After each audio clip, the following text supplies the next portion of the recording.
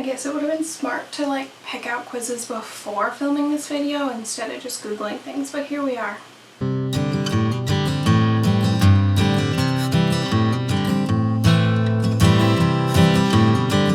Hello and welcome to a new video. Today I'm going to be doing something I'm quite excited for. I had such a hard time thinking of an idea for a video to do this week, but then someone I follow on Instagram, I believe her username is Sydney Books, posted that she wrote a bookish quiz for Buzzfeed, and I thought it would be fun to take some bookish quizzes on Buzzfeed today. I think those are such fun videos to watch, and the quizzes are silly but lots of fun too, so that is what I'm going to be doing today.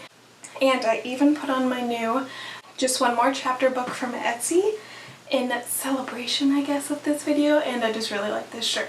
So let's just go ahead and get started and take some quizzes today.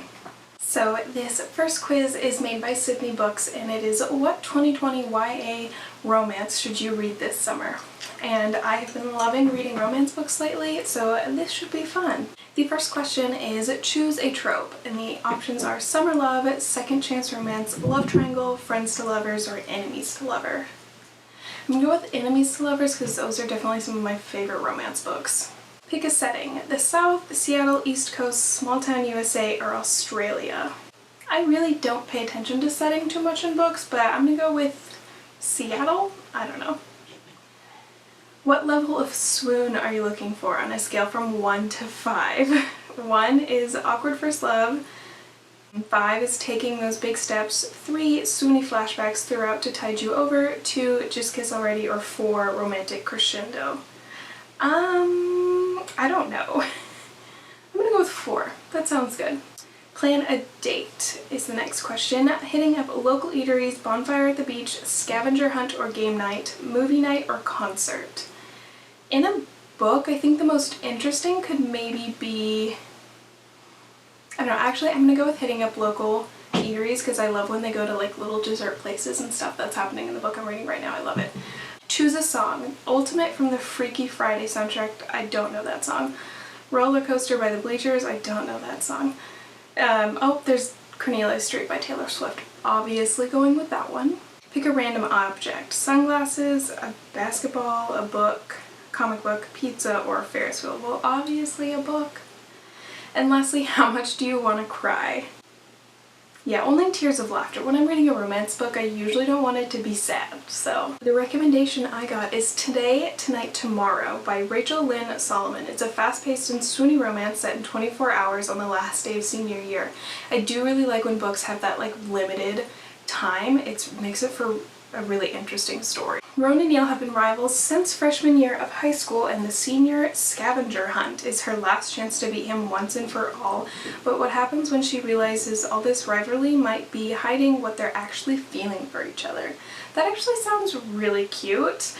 I don't read a lot of YA romance as much as I read adult romance right now, but that looks pretty cute and I might have to add it to my TBR. The next bookish BuzzFeed quiz I have clicked on is answer 7 questions and will tell you which fictional bookworm you are. This will be interesting, I think. Pick a book to read. We've got Twilight, Great Expectations, Ghost World, which I've never heard of, Beloved, Americana, Noughts and Crosses, never heard of that one, Never Let Me Go, and I don't know how to say that one. Obviously Twilight. The rest of these were all boring. Okay.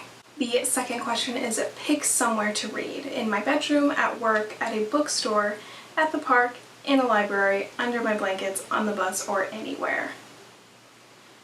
Well, honestly, anything I want right now is at a bookstore. Obviously, we can't go out to bookstores right now, so I'm kind of tempted to choose that.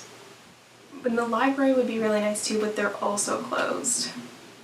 I don't know, I'm gonna go with bedroom just because that's the only place I really can read right now. Pick a color. Yellow, orange, red, blue, purple, pink, green, and then like a mauve-ish color. I'm gonna go with this lavender color. It's the color of my shirt and the color of my walls.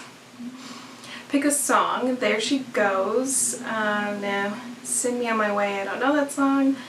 You've Got the Love, I don't think I know that song. Doing Me, I do like that song. A World Alone, don't know it. Consideration, don't know it. Ordinary People, I don't know it. Sorry, not sorry. I know it, but I don't really like it. I don't really like any of these songs very much. I'm gonna go with Doing Me by Ray.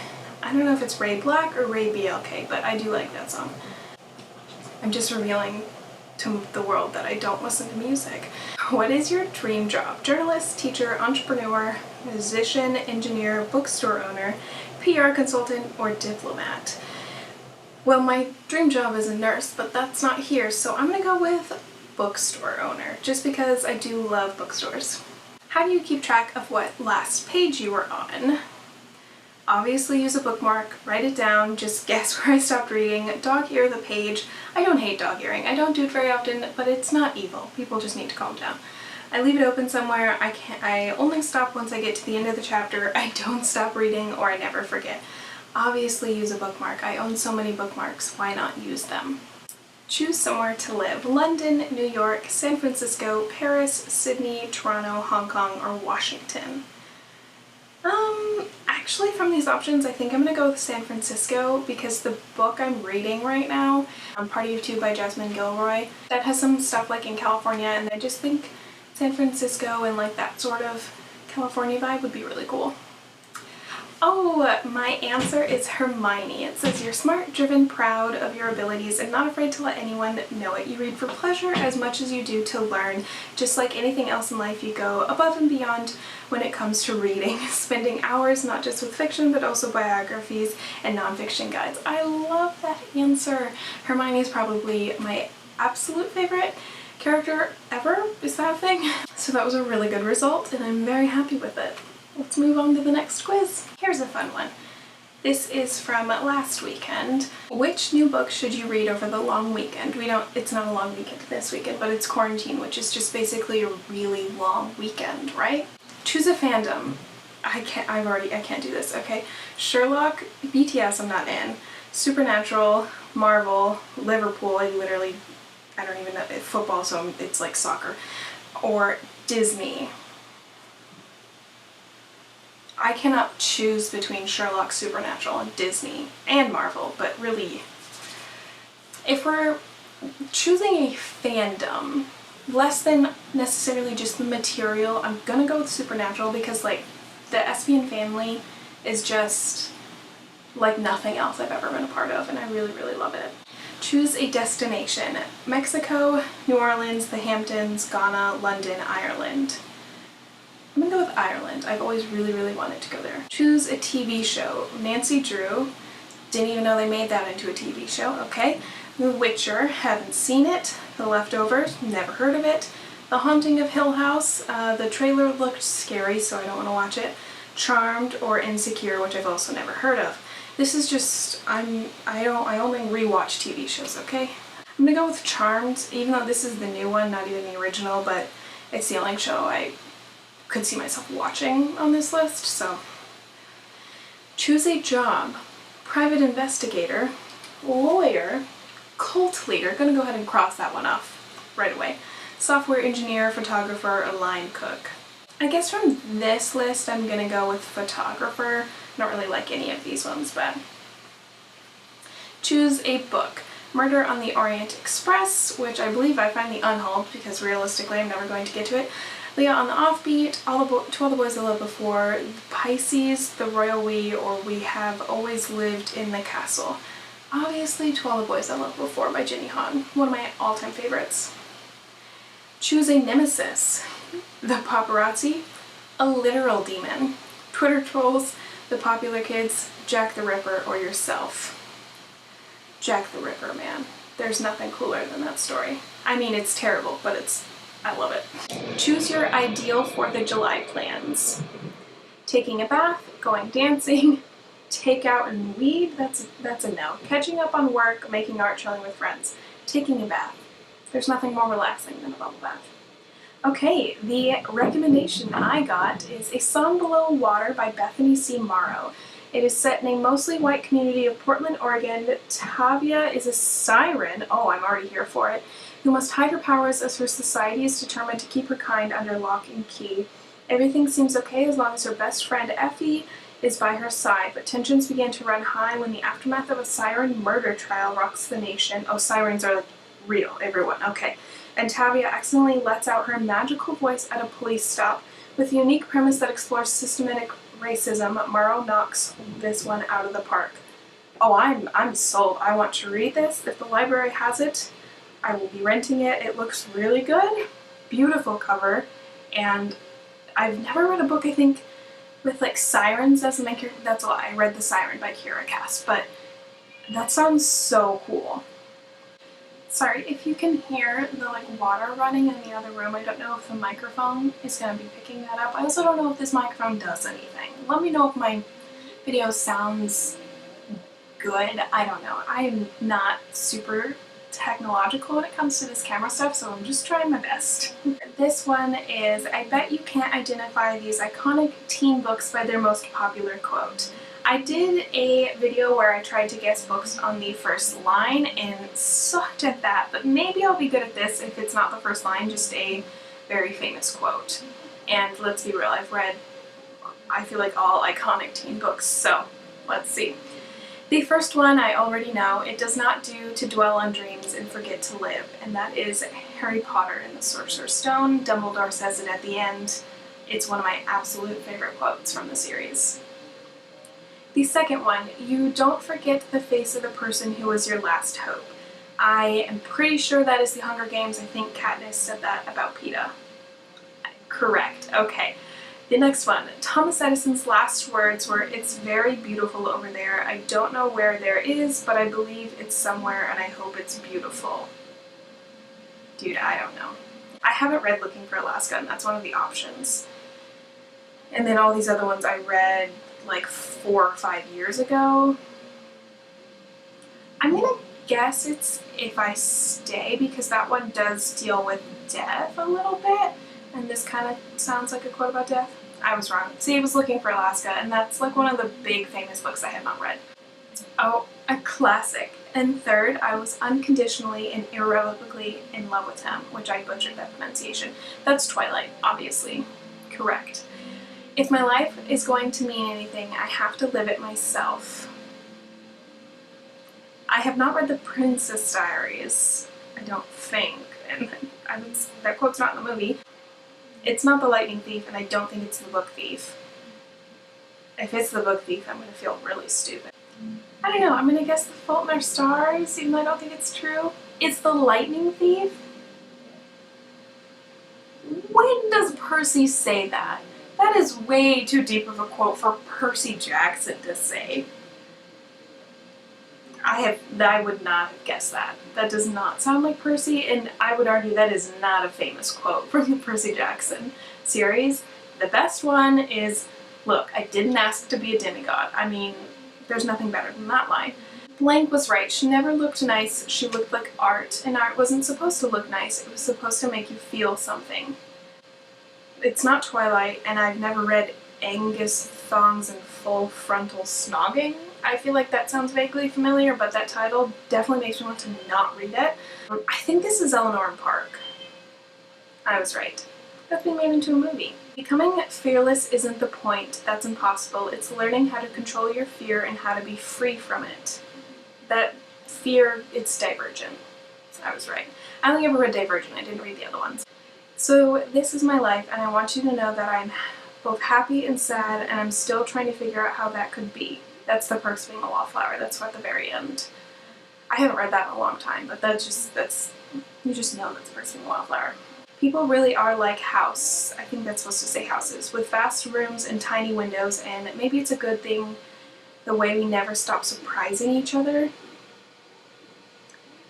I'm gonna say that's Aristotle and Dante, but I have no confidence in that. Oh, it was Simon versus the Homo sapiens agenda. Yeah, I don't remember that quote. As he read, I fell in love the way you fall asleep, slowly and then all at once. Okay, no, that's a famous quote. I'm pretty sure that's The Fault in Our Stars. Okay, it is. We did not know what to make of her. In our minds we tried to pin her to a corkboard like a butterfly, but the pin merely went through and then she flew away. I'm pretty sure that's Paper Towns by John Green. It's not, it's Stargirl.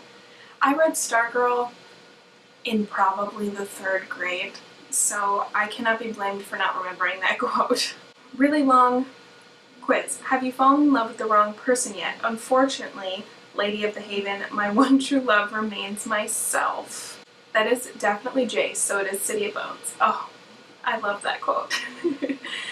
No one knows for certain how much impact they have on the lives of other people. Oftentimes we have no clue, yet we push it just the same.